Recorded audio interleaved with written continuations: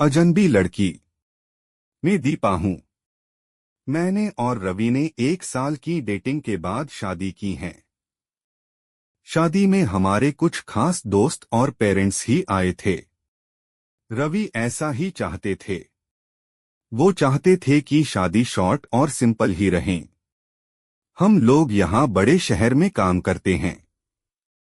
रवि के माता पिता गांव में ही रहते हैं। रवि ज्यादा गांव जाते नहीं।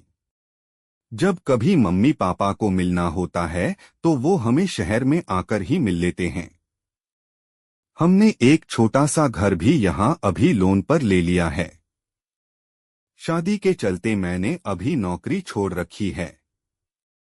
हमारा घर रोड के साइड में ही है। खिड़कियों से रोड दिखाई देती है। हमारे किचन की खिड़की से भी रोड दिखाई देती है। रवि का ऑफिस का टाइम सुबह 9 बजे का है। सुबह में रवि के लिए खाना बनाती हूँ। मेरी नजर खिड़की के बाहर गई। रोड के दूसरी तरफ एक लड़की ज्यादा उम्र की नहीं थी, 26 की होंगी, हमारे घर की तरफ देखती रहती थी। पहले दिन मैंने सोचा कि कोई होंगी, लेकिन वो 3 से 4 दिन लगातार आती मुझे दिखाई दी। मेरे मन में सोचा कि जाकर उससे बात करूं, शायद किसी और घर समझकर हमारे घर की ओर देखती रहती होंगी। सुबह रवि सोए थे। वो फिर वही दूर खड़ी दिखाई, फिर और हमारे घर की ओर देख रही थी। इस बार मैं बाहर गई। उसने आते मुझे अपनी ओर देखा और घबरा गई। मैंने उसे पूछा, क्यों, आपको क्या परेशानी है, आप किसे ढूंढ रही है? वो घबराई हुई बोली, रवि यही रहता है। मैंने बोला, हाँ। आप कैसे जानती है? वो इतना सुनकर घबराकर चली गई। मैंने पीछे से उसे आवाज दी पर उसने सुना नहीं। मैं अपने घर में वापस आ गई। मेरे आने पर रवि उठ गए थे। पूछा, कहाँ गई थी? मैंने बोला, पता नहीं, एक लड़की है, वो हमारे घर की तरफ देखती रहती है। और मैंने जब जाकर उससे पूछा तो तुम्हारा नाम भी जानती है, तुम किसी गोरी सी सुंदर लड़की को जानते हैं। रवि यह सुनकर भड़क गए। बोले, पागल हो क्या? कोई कुछ भी बोलेगा और तुम मान लोगी क्या? लेकिन यह सुनने के बाद रवि के चेहरे का रंग जरूर उड़ गया था। मेरे भी दिमाग में कुछ कुछ चलने लगा। रवि जब शाम को आए तब मैंने इस विषय में कोई बात नहीं की। अगले दिन में सुबह उठी तो रवि पहले से उठ गए थे। मैं किचन में गई तो किचन की खिड़की लगी हुई थी और बड़ी मुश्किल से खोलने पर खुलती थी। मैं कोशिश कर रही थी, लेकिन ऊपर वाली कुंडी मुझसे नहीं खुली। मैं हमेशा नीचे की कुंडी से खिड़की लगाती थी, लेकिन आज खिड़की की ऊपर वाली कुंडी भी लगी थी। मैंने कैसे भी कुंडी खोली और खिड़की खोली तो मैं देखकर हैरान रह गई। रवि उस लड़की से वहां जाकर उससे बात कर रहे थे। वो उस पर चिल्ला और गुस्सा हो रहे थे। लड़की रो रही थी और रवि ने उसे उंगली दिखाकर जाने को कहा। यह सब देखकर मैंने खिड़की बंद कर दी ताकि रवि को लगे नहीं कि मैंने उसे यह करते देखा है। रवि फिर घर में आ गए। मैंने ऐसे जताया जैसे कि मैंने कुछ देखा ही नहीं है। अब मुझे ना जाने कैसे कैसे ख्याल आने लगे। रवि मुझसे क्या छिपा रहा है? मेरे रवि से शादी करके कोई गलती तो नहीं? आखिर वो लड़की कौन है और रवि उस पे इतना गुस्सा क्यों हो रहे थे? रवि के जाने के बाद मैंने रवि के सारे दोस्तों को, जिन्हें मैं भी जानती थी, उन्हें फोन किया, लेकिन किसी को भी उस लड़की के बारे में नहीं पता था। मेरी समझ नहीं आ रहा था कि क्या हो रहा है। रवि से पूछना चाहती थी, लेकिन मुझे पता था कि वो झूठ ही बोलेगा। उसके बाद मैंने उस लड़की को घर के आसपास नहीं देखा। यह सब सोचते सोचते मेरी तबीयत बिगड़ने लगी।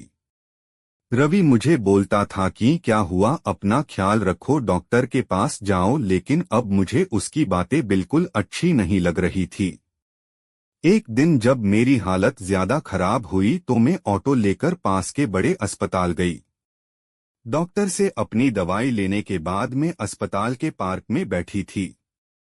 अस्पताल में मुझे वो लड़की फिर दिखाई दी। उसे देखती ही जैसे मेरी बीमारी पता नहीं कहाँ भाग गई। मैं उसके पास तेज चल कर गई और उसका हाथ पकड़ लिया और उसे बोला, तूने मेरी जिंदगी में उथल पुथल मचा दिया। बोल, उस दिन क्या बात कर रहा था रवि तुझसे?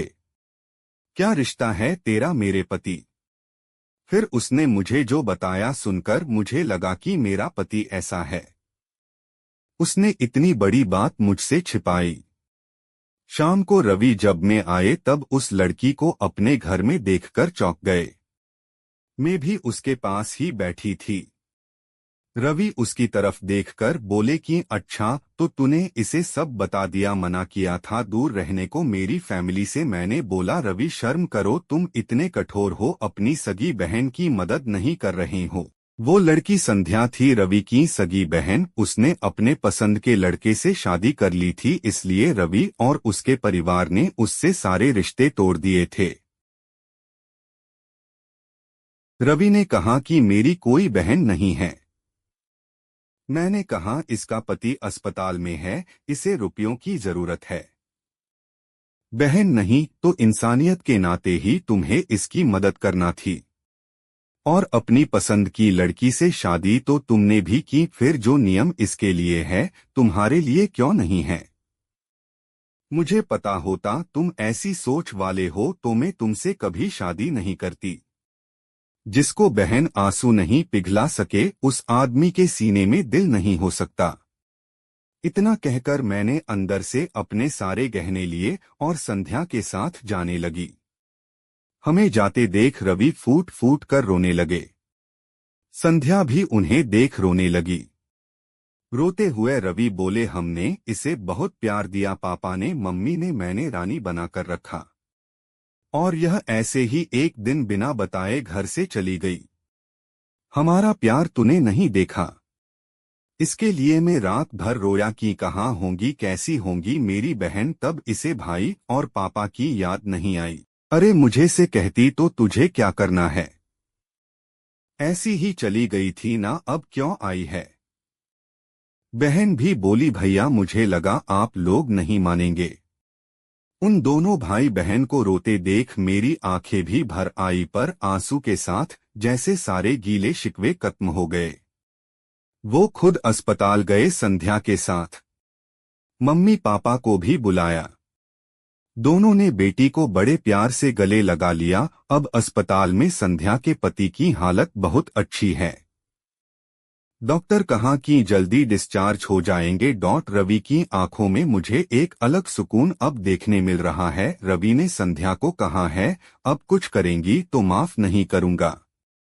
हमेशा मेरी प्यारी बहन के रहना। जिंदगी बहुत छोटी है। आपके अहंकार में इतना सुकून नहीं है जितना कि माफ कर देने में है। एक बार करके देखिए, जिंदगी बदल जाएगी। आपको यह कहानी कैसी लगी हमें कमेंट कर जरूर बताएं। इसी तरह की अच्छी कहानियां आप यहां पर पढ़ सकते हैं। यहां उपस्थित शिक्षाप्रद कहानियां आपका मनोरंजन करने के साथ दिशा भी देंगी। तो बने रहिए हमारे साथ और हमारे प्रयास को सफल बनाएं।